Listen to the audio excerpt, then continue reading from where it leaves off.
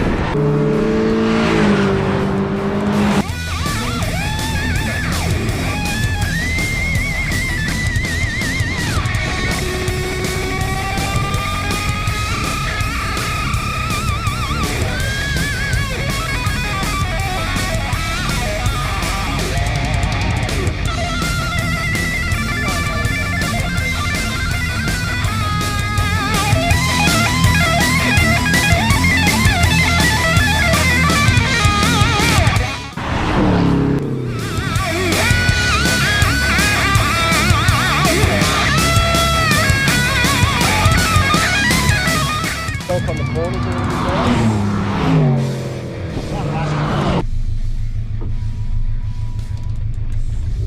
Okay, we're about to head out for this is my second session. I didn't film the first one because I always use the first one as a bit of a warm-up. So the first session is a good session to get out of the way because it kind of gets you to get your position for the next session, so you know who not to get behind, who to sort of be behind, who's fast, who's not, sort of thing. So well, here we go. Now I probably won't talk too much, it's a pretty tight track. I'll try and do my best, we'll see how we go. The tyres are a bit useless on this, I've found so far, so. And I think we need an LSD because it wheel spins the inner wheel a lot.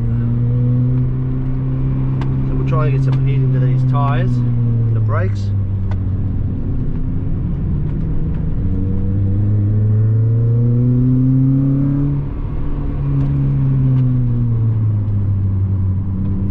Always want to use your first lap as a good warm-up. Just feel the car, make sure the brakes aren't dreadful or anything like that. Just get everything sort of moving. Now this corner here we had a bit of trouble, we're sort of understeering a lot through there. So we'll get some heat into these pads.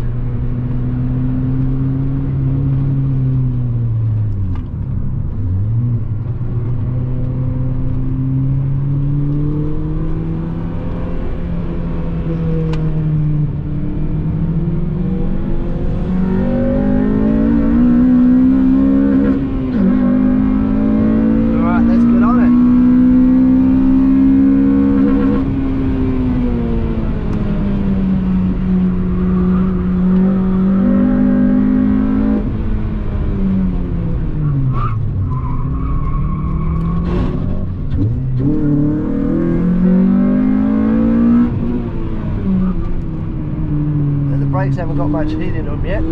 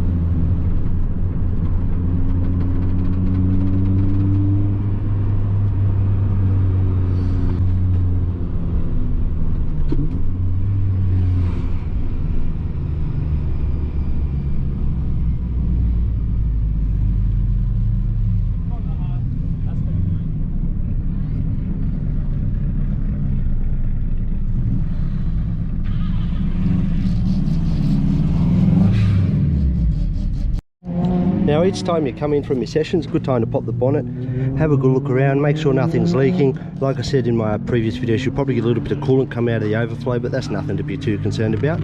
But it's a good time just to check over everything, make sure nothing started to leak or anything like that, or fluid anywhere underneath the car and stuff like that. Mine's all been pretty good. Had a little bit of coolant come out of it before, but that was nothing too major. Check the brakes and things like that.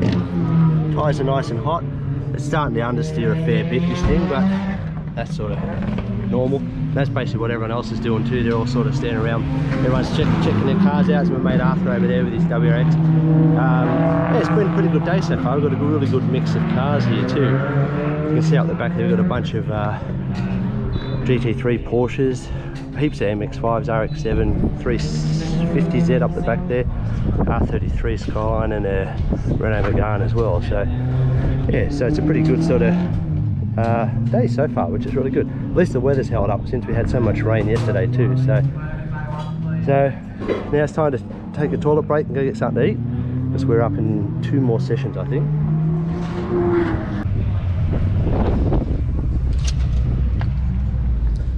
So at Luddenham here, you can come in and check what times you're doing, see where you're sort of going overall.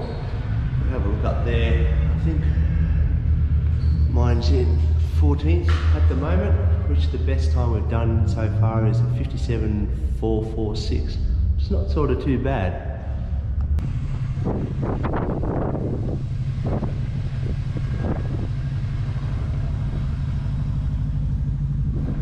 Hello James. Hi, Sean.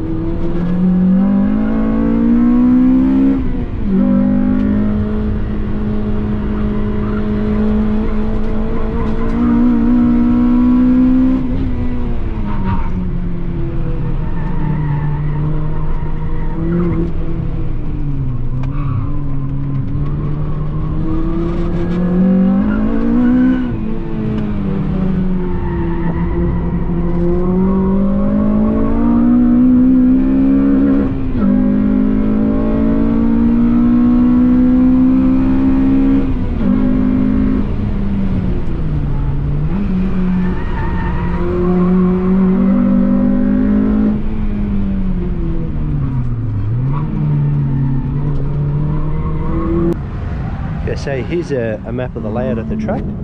Obviously you got your straight, third, fourth gear straight. You can do about 130, 140 k an hour, a bit more depending on what your horsepower level is.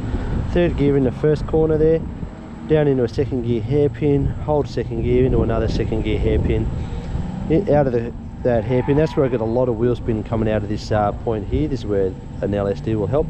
So you can get into third, hold third gear all the way through the top of the track there. It gets a little bit hairy across through that section there because the track sort of undulates and it lifts up to the top here. Third gear, hold third gear through that corner, down to the second gear hairpin, another second gear hairpin, flat out through there, and then straight down and straight again. So it's a pretty good track. It's more suited to probably turbo 4 cylinders, something that's handles pretty well because it's quite a tight circuit. You can see the Porsche GT4 there giving a bit of stick up the straight there.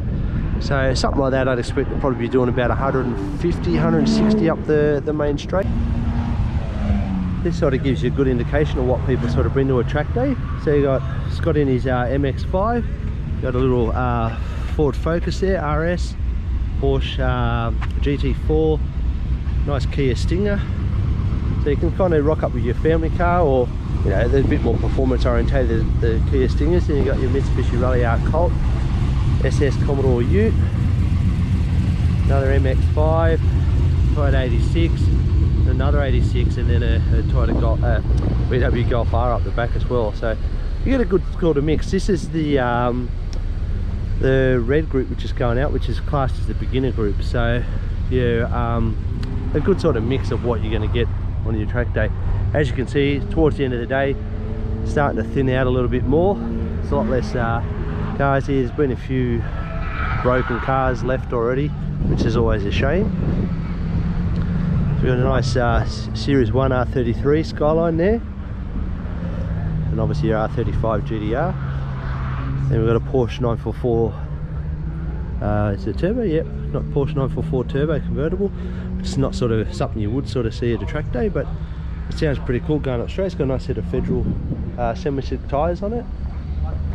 Got an IS 350 up the back there, another MX-5, and Renault Megane up the back as well, the RX-7. Most cars are still sort of out and about, but it's always find the beauty with the track days. You sort of hang out right to the very end of the day, and most people have packed up and gone home, and you get a heap more track time with a lot more clear road in front of you.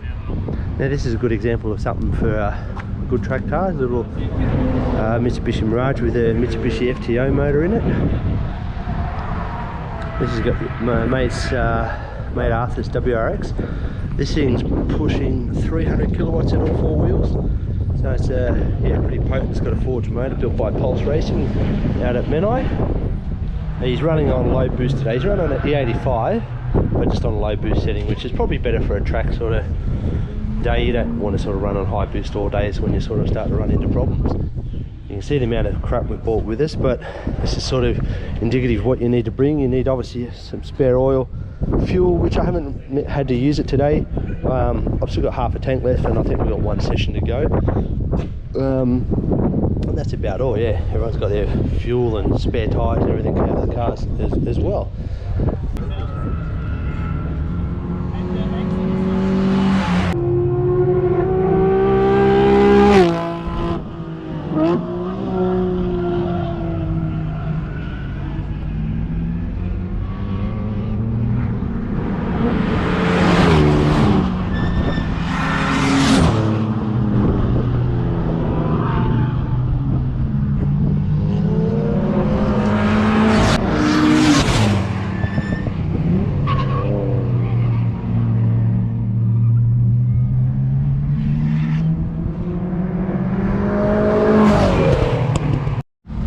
Okay, so far we've had a pretty successful day. We've done a 56/8, the best time that I've managed out of it. The tyres have gone off a fair bit on it. Being they're only a street tyre and they're a couple of years old, you can't sort of expect too much out of them, but they've done pretty well to get that sort of time out of them. But they're understeering everywhere sort of thing, and I get a lot of wheel spin, so definitely the next thing will be an LSD to put in it.